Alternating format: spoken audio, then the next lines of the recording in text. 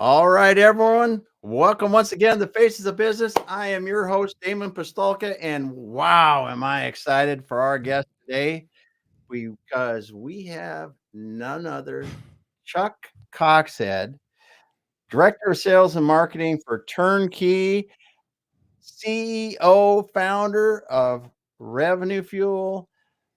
Chuck, welcome. Damon Pistolka, my friend, legend from Seattle. We are going to have fun today, aren't we? Sure, absolutely. Good. I know you Well, like talking about this stuff. I know I like talking about this stuff, and I really know people need to learn about this stuff. So why not make it fun? let's just do it. Let's Let's just do it. do it. So, Chuck, for those people that haven't been exposed to the legend of Chuck Coxhead, can you let us know how you got into doing what you're doing today? Kind of your journey to get here. Yeah, it's a crazy journey. So I actually started out as an industrial engineer at Lehigh University and went into manufacturing. I was running a design department, and somewhere along the line, my dad convinced me I needed to be in sales. He was under the delusion that just because you talked a lot, you were a salesperson, and that's what it was. And of course, I talk a lot, but that isn't what it is. A lot about what we're going to be talking about today. And so I went out and learned how to be a salesperson and took a leap, made a career change, and just fell in love with it. The beautiful part is that as an industrial engineer, about always thinking of a mind of continuous improvement and effectiveness and how do we do things better, it absolutely applies to everything I've done for 35 years. And so I've continued to grow with that. And how do I be a better salesperson? How do I be a manager? How do I be a better manager? How do I be a marketer? And how do I understand human behavior? And there's an awful lot of human behavior in industrial engineering too. And how do you bring that into the process and an entire engineer's mindset to design, test, measure, and then feedback loop and repeat?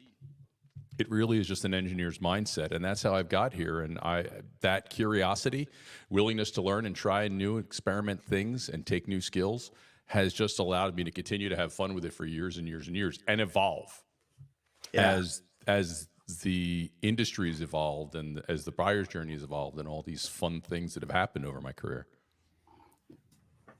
So, what's been the the most interesting thing you've got to do in sales to date in your career? I'm an application geek. So I've had the benefit of working with a lot of high technology in the hardware and the software space, but particularly in the hardware space. I am an applications geek, and there's actually a long list from which to choose from. Putting things on nuclear submarines to putting things on Navy destroyers for radar. But truly the most interesting, most geeky for me is working for Lucent Technologies. For those of you who were around, they were the darling of the stock market before Netflix, Apple, Google, etc. And we basically invented the backbone of the internet and made fiber optic lasers. And that was just an incredible learning journey. That was my foray into high tech for the first time. And to just think that basically the majority of the world's internet used to go through the stuff that I was responsible for helping to get out in the world was a very cool and geeky thing. And, having an engineer's mindset, I've really geeked out on it. So. Oh, yeah. Yeah. That was a quantum leap, wasn't it? Oh, yeah. And the quantum leaps, they would just evolve very, very quickly. That we started out at, and it would multiply by 4 times for bandwidth, and then 10 times for bandwidth, and then another 4 times for bandwidth, and now we're the numbers of how much data moves around the world at the speed of light, literally, well, just short of the speed of light, literally through fibers, is absolutely mind-bogglingly staggering. They talk about it in terms of how much data gets moved relative to the Library of Congress in a minute or a second or whatever the heck it is. It's that's just not even a good measure anymore. It's beyond the imagination how much moves through this world. Yeah. Well, and data is becoming so important in You're just talking data, and we're going to be talking about putting the pieces together Hmm. to move sales forward, in organizations. And data is infiltrating everywhere, and sales is one of the places where it's getting almost critical. It's It, critical. it's it's beyond critical. Again, you're back to that engineering mindset. It used to be, and in so many places and with so many people, it still is. Salesmen like to run and gun. Yep. they they don't know how they do what they do, but by God, they're damn good at it, and they're going to go out and they're just going to do it their way. And as long as I'm putting up the numbers, everything's okay. But Yeah. as time's worn on, people are data focused. They don't just want a handshake and a promise, and I swear it's all going to be okay. That may work for your family, but it's not going to work for your bosses anymore. They really want to see what you're doing. And by the way, through the use of data, we can actually say this way's better than that way, or this one's better than that one. Now we know what to try and replicate. That way we Yeah. feel more self-sustaining. And that all stems from data. Yes. Engineer's So mindset. yeah, back to that engineer's mindset. And I think that's so cool, because that curiosity that you have to be an engineer, you really need to figure out how things work. And then, like you said, being an applications geek, once I understand how something works and why it should be used, then you can apply it, Mm-hmm. which is super cool, especially in sales, because you're kind of a fish out of water in sales, really, because most people, like you said, are and I don't want to generalize, Mm-hmm. but they're not don't have that focus in sales. Yeah, and they'll typically work in pairs. Especially, the more complex the product or service, they'll typically work in pairs. You have the sales engineer or that subject matter Mm-hmm. expert who is in a sales customer facing role, right? And they are going to go out and they're going to work tag team with that person who understands human behavior, has the artistic skill to build relationships, and is that project manager and that whip to keep things moving along, as well as the person who just goes out and puts in the time to just knock on doors and ring phones and send emails and all the stuff to try and find people. So they typically work in pairs because that technical mindset, that subject matter expert, typically doesn't have the time, the inclination, the skill set to do the other, Yeah. right? And vice versa. I don't have time. I'm just going to run and gun. I'll just leave. I'm going to hook you up with my SME. That's it. We'll be good.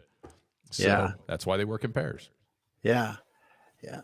So you've been working now with Turnkey Technologies for a while. Mm-hmm. And you guys you're applying CRM technologies with companies, I believe, correct? Yeah, ERP and CRM. Yeah, ERP, Microsoft Dynamics. yeah. Yeah, we're Yep. Microsoft Dynamics full stack partner. Yep. Okay.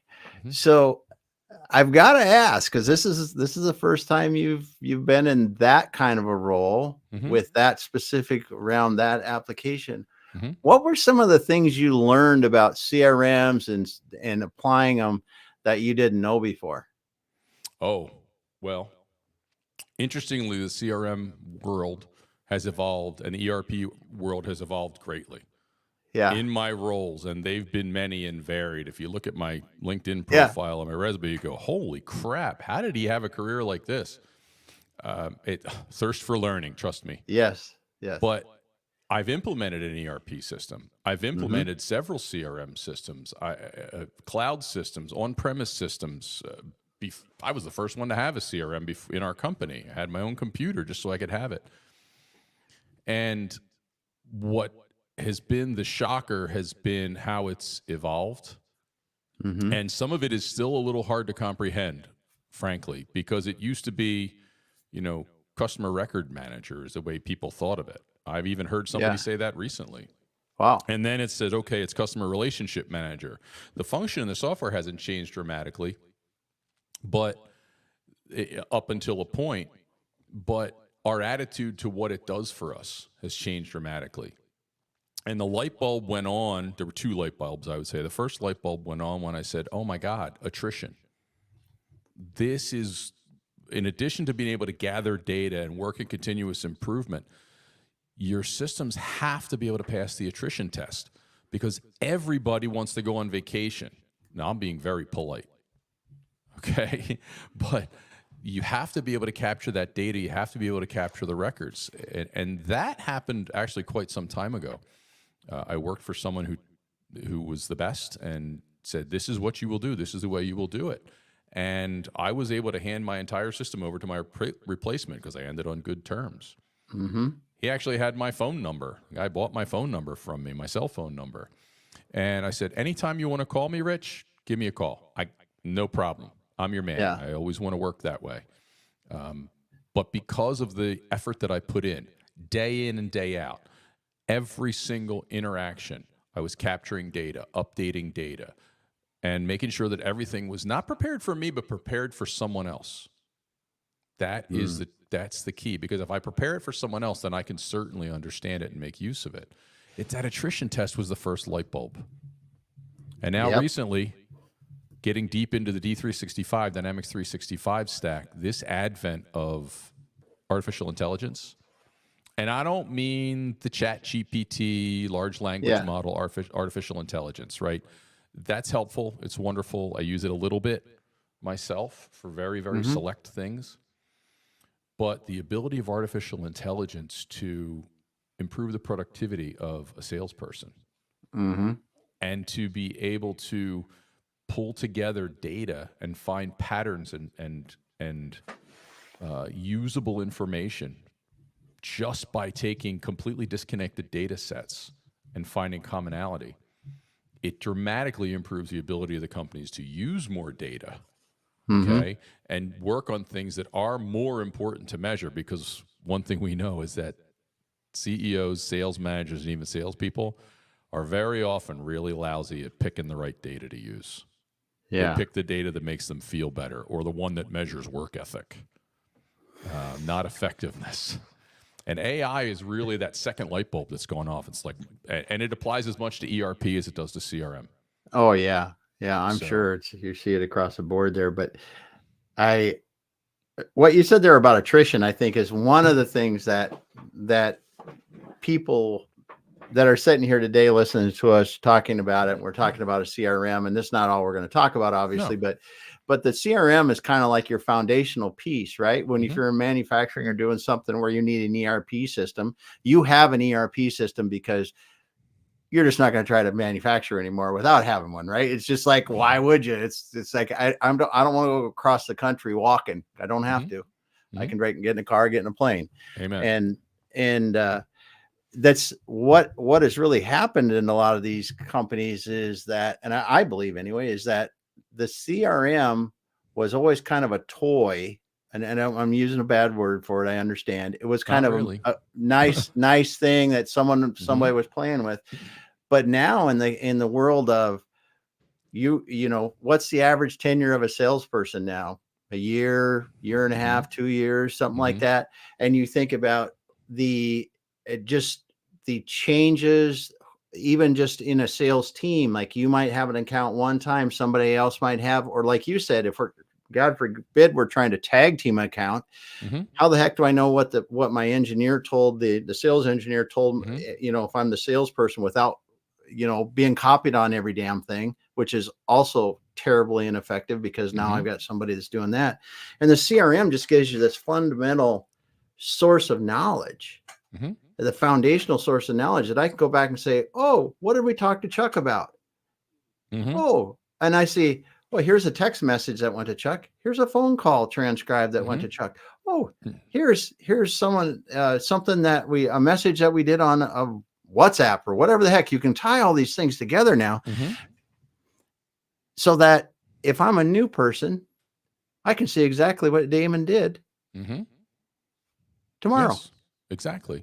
And now think about the evolution of this.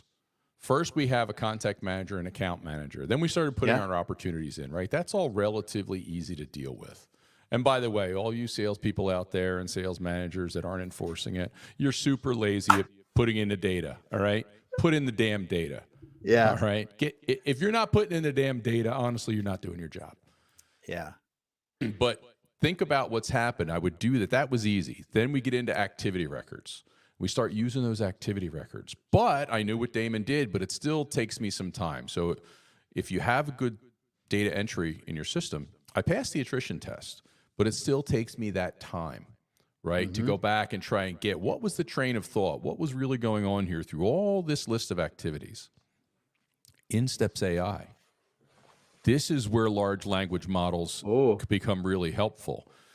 Take all of that or some segment of that, roll it up and tell me what happened.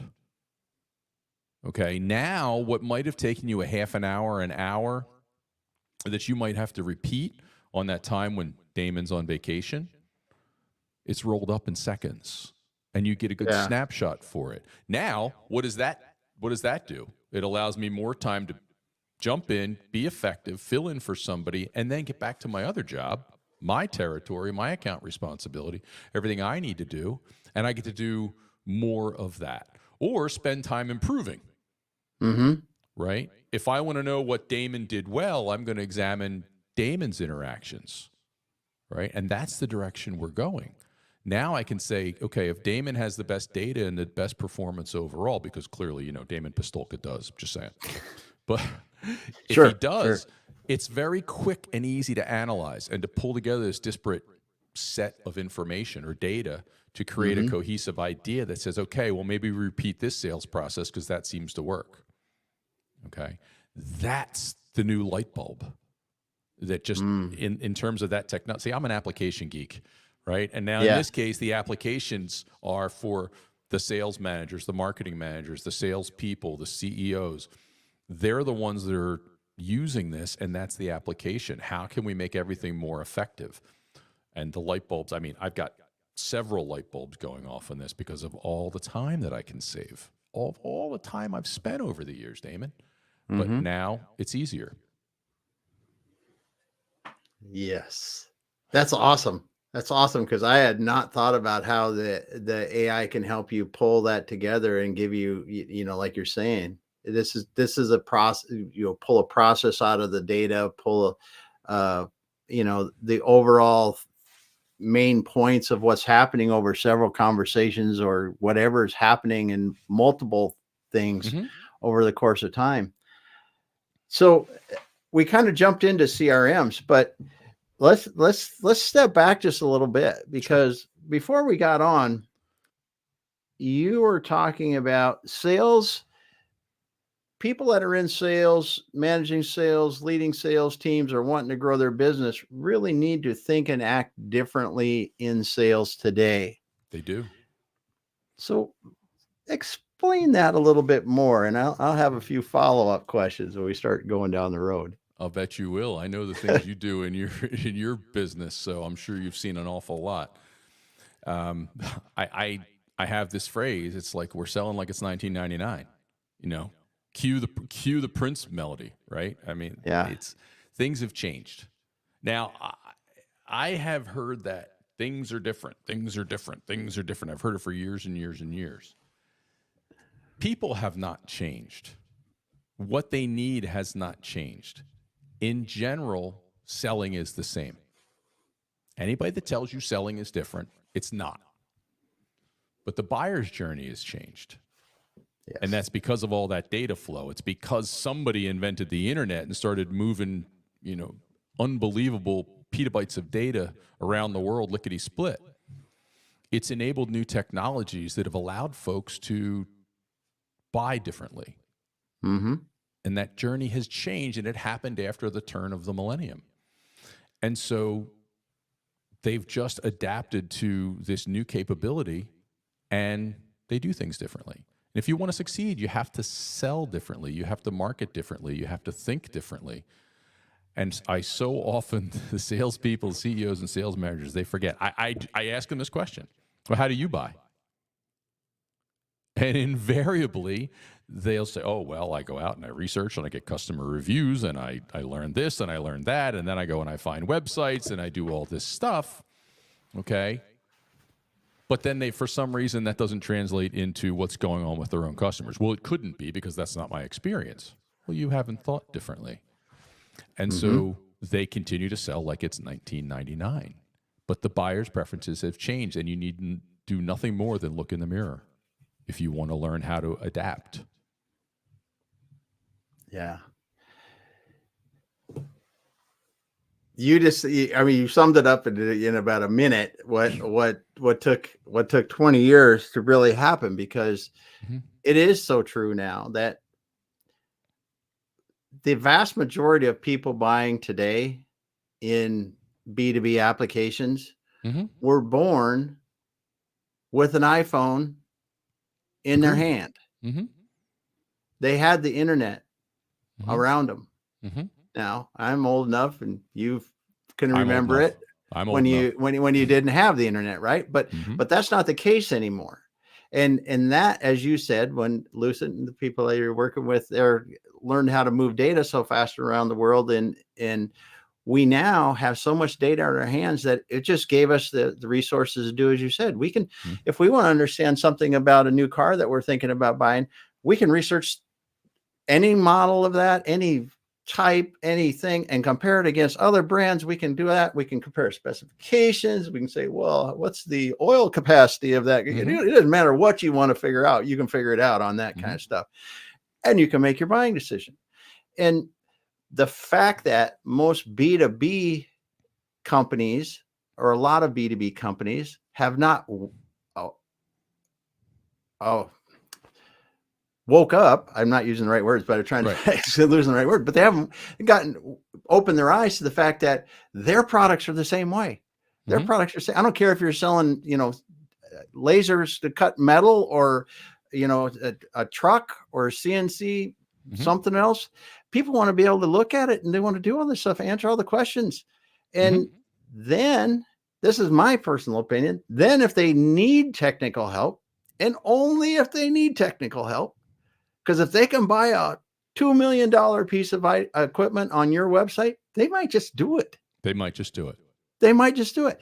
if they need technical help, that's when your salespeople can come in, and they can talk to interested people. And answer real questions. But when you're out there and you're talking with people doing what you're doing, how far have they come from 1999? Some of them come all the way. It's still just it's a very, very small minority. Yeah. If you spend a lot of time on LinkedIn, like we spend a lot of time on LinkedIn, you end up in a bubble. God forbid you end up in a marketing bubble or a software as a service bubble. Okay, which is a great place to be. The problem is that it's going to skew your opinion of what the rest of the world does, because there's a lot of progressive marketers, and there's a lot of software as a service companies that are very progressive in the way they go to market. But of course, the SaaS companies, they dominate the investment world nowadays. So it's hard to escape out of that bubble. But if you look at the legacy industries, I mean, you and I come from manufacturing, good old-fashioned product manufacturing, making metal chips and all the different stuff. Yep. Okay. They can't conceive of that, because they still think, well, this LinkedIn thing doesn't work. I have a client who doesn't believe that his customers are on LinkedIn. But we're still thinking like it's 1999. We have that sales mentality that says we've got to talk to the CEO or we're not going to win. Yep. But they forget about something called technology discovery. Every CEO, unless it's like a two-man shop, okay, has people that they want to do that for them. Yes. They want to go out and find the new solutions, find the new vendors, do all these things. Technology discovery, product discovery, service discovery. And you know who does that? It's the people that are carrying around their iPhone in their hand, just like you said, right? They're younger. So if I go out and I look at some of the more traditional industries, and I look at the CEOs, they may be on there. Many of them aren't, but they may be on there. But they don't have very many contacts on there. And if you look at their activity, they don't have much activity. But if I go out and I do a search in that industry, I'll find 250,000 people from that industry that are. Some majority of them are using that technology to go out and find products and services. And they're doing it in their time. If you think about the way you run a business nowadays, right? We had security, we had receptionists, gatekeepers, right? We would turn the salespeople away at the door. Turn them away, because we need our time. We can't be disturbed with all this salesman baloney. Mm-hmm. There used to only be a few ways, 3 ways that you learned about products and services: trade shows, print, and salespeople. And by the way, trade shows were a way you got in front of salespeople, and print was a way that you could do self-service discovery so that you could call a salesperson. That salesperson was crucial. Now we keep them away, and a lot of the salespeople dare not go into a lobby. Yes. They dare not, although it still works. Your issue is who's actually there, right? 50% of the people aren't there. So you have the whole hybrid and remote thing. But we push them away. We don't want them.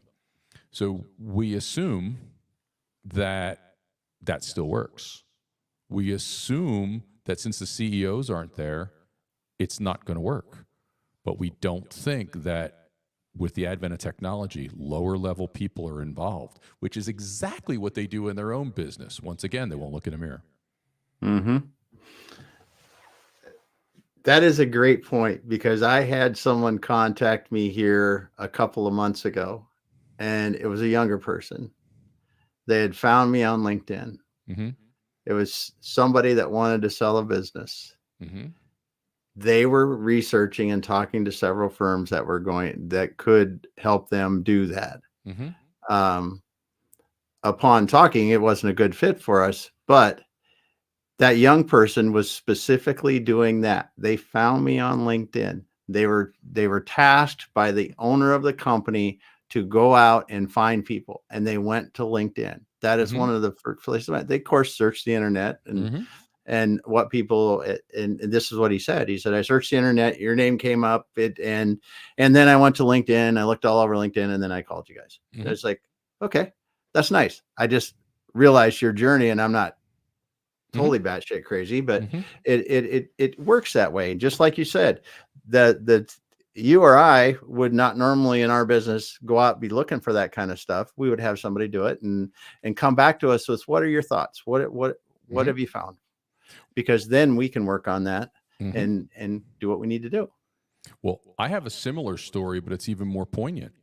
I had a customer earlier this year give us a call, and they were looking for a Microsoft Dynamics GP consultant. Okay, GP, aka Great Plains. It's Yep. Microsoft Dynamics on-premise ERP software. And they said they went out and they did a search on the internet. Now, there's a lot of ERP consultants out there, and there's a lot of Microsoft Dynamics consultants out there. And they went out and they searched. He says, I found a bunch of websites. His words, not mine. He said, they all look the same. And that is very common. So what did he do? He said, well, ultimately, subconsciously, I'm sure, he thought I need to work with people, so he went to LinkedIn. And he did a search. He told me, Microsoft Dynamics GP consultant. And he did that search. And if you're familiar with the way the LinkedIn search results come up, you get a small handful of people, then you get some posts. Okay? Mm-hmm. So after that meeting, he said, and I found someone, and I called you. Here's the cool part. On that day, that very same day, I went and I searched for Microsoft Dynamics GP consultant, because if I did it tomorrow or 2 days later, the search results would be different. That's Yes, the way it it would. works, potentially different. Third person down was a lovely consultant for Turnkey Technologies named Christine. The very top post was a lovely Dynamics consultant for us named Christine. I had done an employee spotlight interview with her, and we put that out there. He said, I don't remember her name, but she was blonde. And he picked up the phone and he called us. The point being that because we're out there, because this is a market, people think of this as a marketing effort, but because we're out there, he did his research because he wanted a connection. He wanted to, find someone that was actually a real human being. And websites are perfect and important, and I'm not going to knock them for one split second. But eyes are the windows to the soul. He was able to see that person, create some sort of subconscious connection, and he called. You see, and that's the way it happens nowadays. Sometimes people don't even realize it. But you have this personal connection that you can create through the use of technology, through the use of social media, through the use of everything, even on your website. If you're not leading with your faces and the people in your company, and all this to personalize your company, you're making a mistake. Because people do business with people, plain and simple. Yep. They need to do that. And that's a great example of how people search differently, because 10 years ago, 15 years ago, LinkedIn was a job site, right? You're out there to find a job, and now it's not. And and the people that have been around for a while, and it really, in the way that it works with Google and the search results. I mean, now they're showing posts that in Google search results, which is another big deal they've just added recently. Company pages on their social show up. So the importance of being able to use it, like you said, to create the personal connection beyond what your website is. Your website is whatever it's going to be. And yes, it's going to have the personal that it can, but you can see so much more about the people you're going to work with through an interaction that they might have on LinkedIn. Well, and that's that 20th century salesperson artistic skill set. You're just using a proxy for it. How do they make their relationships? They did them in person, right? They have that ability to understand what motivates people. What is their mode? What are they trying to achieve in their personal life? That only ever happened when you meet with people in real life. A lot of salespeople don't even bother doing that. Features and benefits selling, man. Move them in, move them out. They're just numbers. And those people, the tenure for those kind of people is shorter than that couple of years you mentioned earlier. Yeah. And but now we can do an analog for that. It's funny to say analog in a digital world, but the word is appropriate. You have a proxy, an analog for being in person, because if you're out there, people feel like they might get to know you, they know something about you, or they have a little bit of confidence because of your experience and the things that you post. Now, if a salesman comes and knocks on your door, a lot of people are actually going to go look them up on LinkedIn and see whether they're legit. Well, I don't use LinkedIn. I'm not the end-all, be-all LinkedIn guy. I really believe in selling techniques and knocking on doors and making phone calls and emails and all the different things. But it's another tool in the arsenal that's really, really important, because it's that proxy for shaking hands when you can't. Yeah, and it's part of, you come back again and you just insert a different name for LinkedIn, and it is a way for your potential customers to learn more about you. Because if there's one thing that having all this information has done, and a thing like the advent of reviews and stuff like that, because if you're shopping for a car now, I can go to 3 Toyota dealerships or General Motors dealerships, and I can buy cars from 3 of them right now, probably within 20 minutes of my house, right? What am I going to do? I'm going to look and see who people like to do business with. You find that in reviews. You find that in testimonials. You find that in their interactions in other places. And it really doesn't matter what the format is. You're just helping people get to know you better, because then they can connect with you. It's like you said, it is $19.99, because you have to know, like, and trust who you're doing. You just get a lot more choices of who you get to know, like, and trust. Yeah. Well, and you bring up, it's funny you bring up cars, and it's funny you bring up reviews. Technologies allow them not only to find out about the car, to understand and get the reviews on the car, to understand and reviews on the company, but also on the salesperson, also on the CEO. You can go to Glassdoor and you can find out whether the company treats its employees well. Yep. 100%. And if they don't treat their employees well, then I may or may not be able to infer, are they going to treat me well?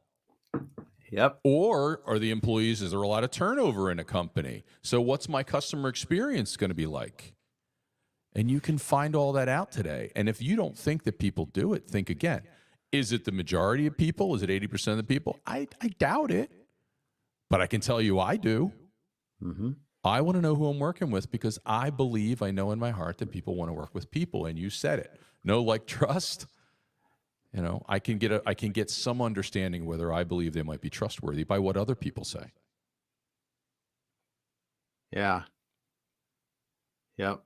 And I think when you talk about the 80% that don't, I think the difference in B2B is the stakes are much higher a lot of times. Like with a manufacturing company, right? If I'm going to do business with a big manufacturer is going to do business with us, it might be 50, $100 million. We're going to work with them every year. They're going to scour the world trying to understand what they can about that company. And it may change a little bit, but even if you're a 25 person something company making something, contract manufacturer doing CNC machining or whatever, they're going to do the same thing because it's still probably going to be, to them, it's going to be a big purchase. Yeah. And in B2B, and the funny thing about that is my experience is it's harder to get someone in B2B that has that kind of money riding on every single customer you bring in the door to embrace this technology. Well, and it's even harder to find the ones who have the attitude to treat every single customer that way, not just the money. Yeah. Because some of them think they can throw money at a problem and it's just all going to be good. And they'll invest, I'm going to invest in technology and then I'm not going to have to do this that you never knew how to do right manually in the first place.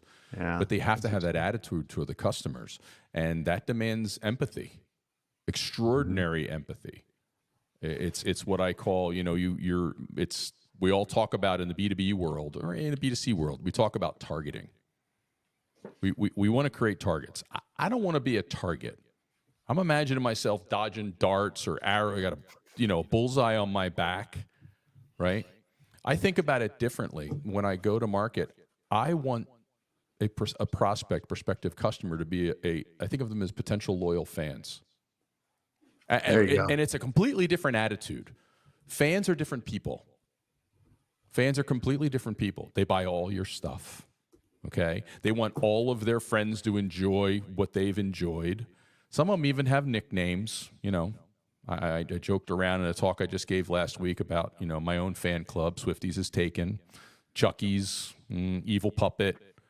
My wife was a smart aleck and said Chucksters, There you go. But if you do that, they will proudly wear the moniker and they'll tell their friends. Mm-hmm.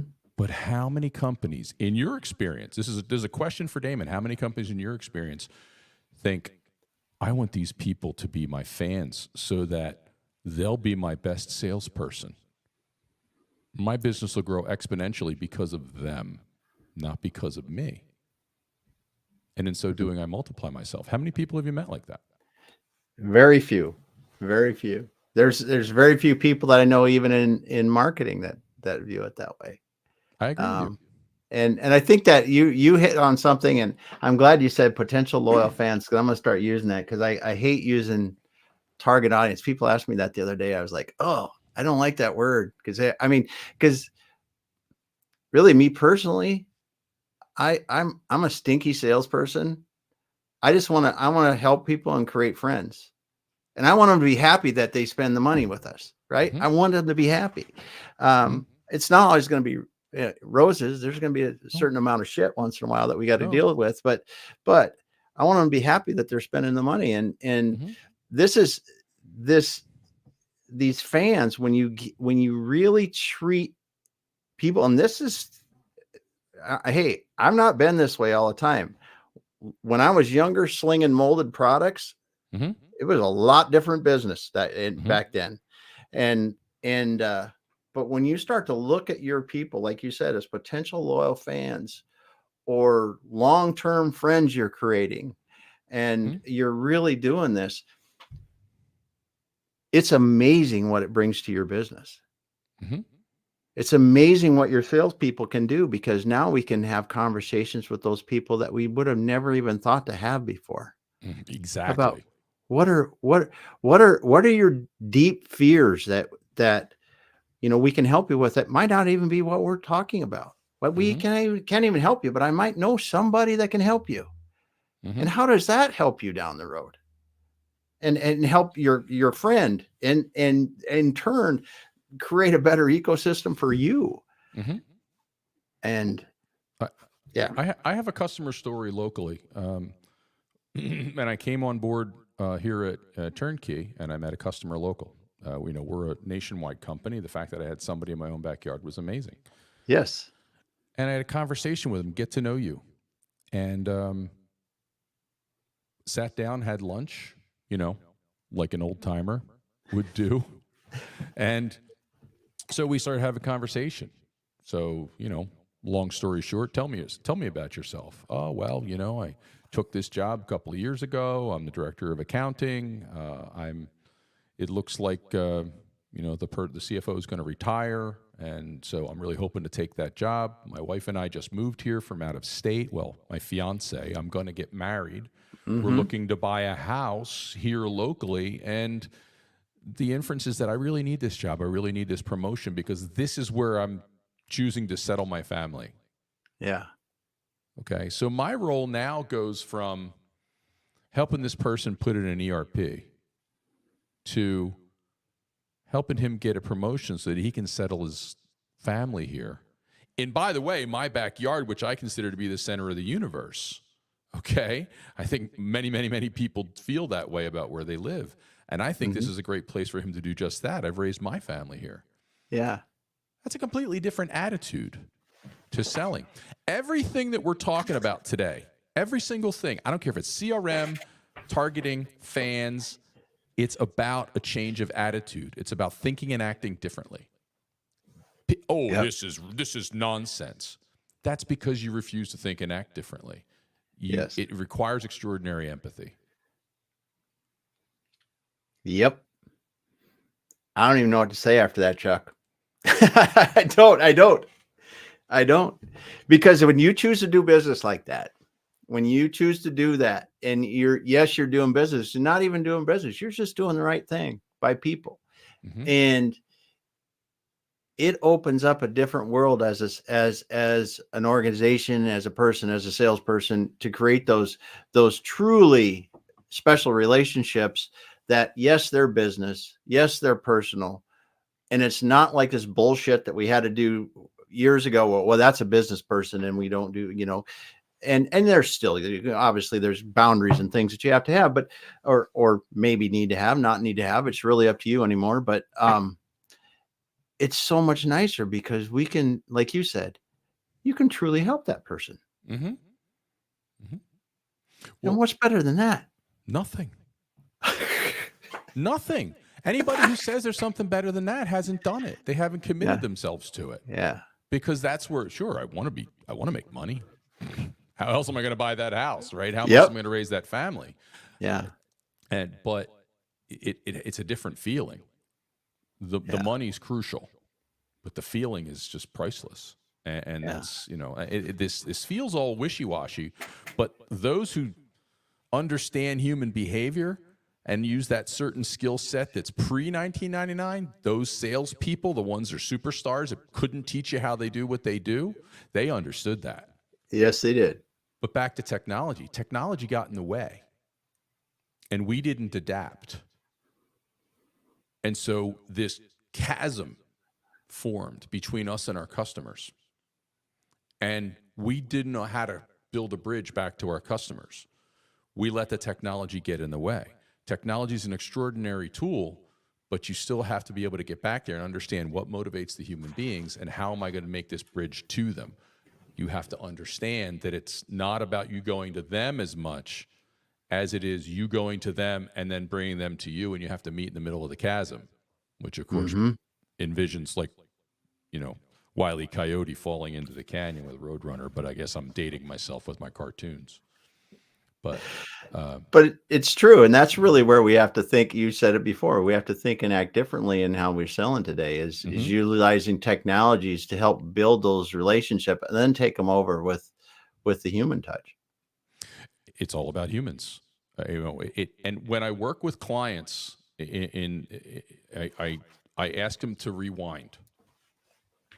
And I've told this story many, many times to people, and I get, oh my God, I just heard this story, last week. They want to grow sales. They want to grow their company. So they start out with a budget and a job description, and they bring on some person. And they're going to send them out with a laptop to make 10,000 phone calls a year and 10,000 emails a year. In 6 or 9 months, they're frustrated. Sales don't grow. Nothing changes. And they start to blame work ethic. They get frustrated. There's finger pointing. They say those dang millennials, right? But they forgot what got them there in the first place. And so I ask companies to rewind. What did you do to start your business? Well, I was a solopreneur, or the founder of the company was a solopreneur. He had a dream, or he had a vision, or he had an idea, or he had an innovation, or she that came up with this amazing idea for a new service, and they implemented it. And they started with a network of friends, innovation, dreams, passion, stories, deep subject matter expertise, and they went out and they worked hard. Okay. Did they make 10,000 phone calls a year?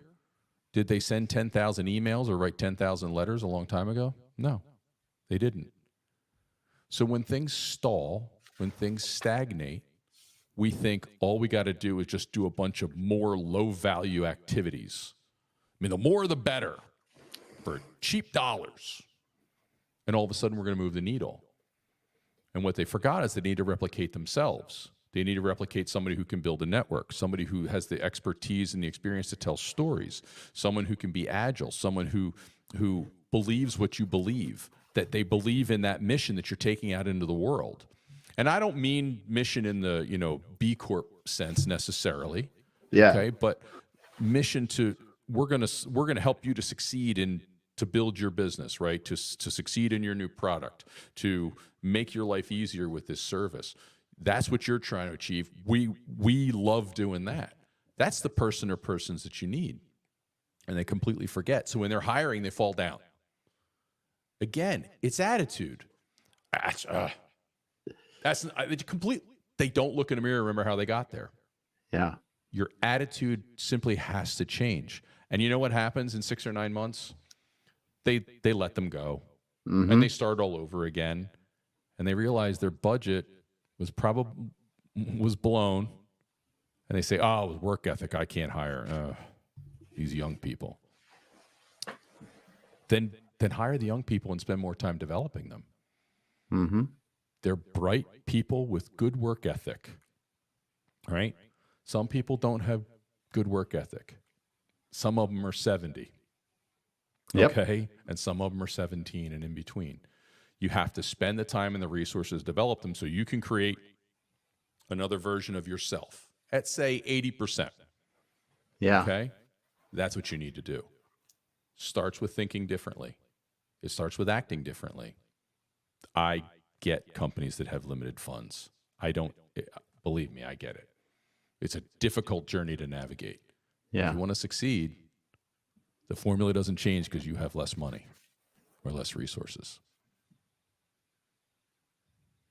Just going to let that one sink there. Just going to let that sink a bit. You said two things here that I think are real relevant, and people need to rewind it and figure out what really got you there. Not the technology, and when you uncover that, it was about creating relationships or leveraging existing relationships, but it was about relationships and building those relationships and really caring about those relationships.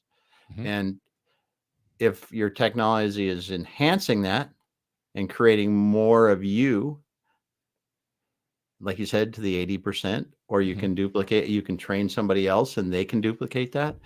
That's a great thing. But technology, I mean, yeah, I'm not even going to go down that road because we've all been slammed by so many things and We have. and seen people trying it. But Chuck, if people, okay, I'm just gonna summarize this because we've gone on for 49 minutes now, and I'd like to be here for double this. But so much fun, dude. Every time we get together, think and act differently, and take the time to actually train your salespeople so they understand and can duplicate it how you've been selling. And that is so they, yeah. And make sure you got that CRM so that you can help them be more successful in how they're doing things. And I don't know. if you think the metric in CRM is number of phone calls and emails sent, Yeah, that's you right. are dead wrong.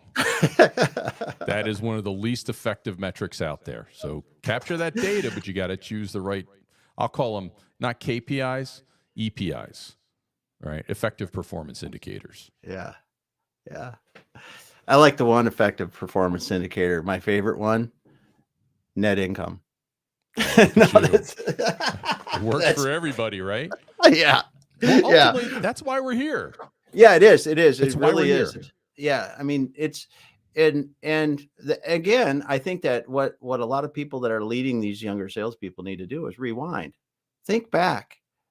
You like you said, you didn't get there by making 10,000 phone calls. You got there a different way.